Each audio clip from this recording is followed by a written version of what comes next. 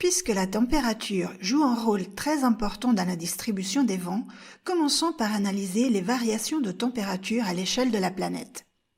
Si tu as regardé notre vidéo sur les saisons, tu sais que le Soleil chauffe la Terre différemment à dépendance de la distance de l'équateur.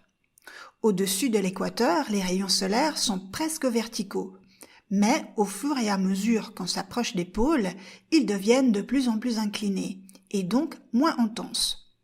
Pour cette raison, il fait plus chaud à l'équateur et plus froid aux pôles. Tu as peut-être déjà remarqué que lorsque tu réchauffes quelque chose, de l'eau ou de lait par exemple, ils augmentent de volume. Il se passe la même chose avec l'air.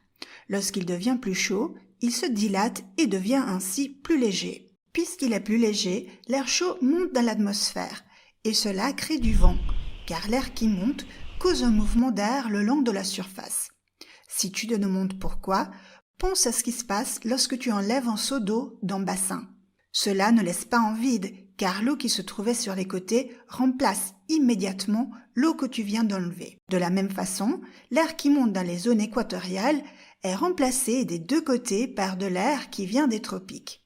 Au fur et à mesure que l'air monte, il se refroidit. Et lorsqu'il arrive à environ 10 ou 12 km d'altitude, l'air n'arrive plus à monter davantage. Poussé par l'air qui continue de monter, mais bloqué dans son ascension, l'air commence alors à se diriger vers les pôles. Et lorsqu'il arrive à une latitude d'à peu près 30 degrés, il retombe à la surface, complétant ainsi une boucle qu'on appelle cellule de Hadley, d'après le scientifique qui l'a décrite en premier.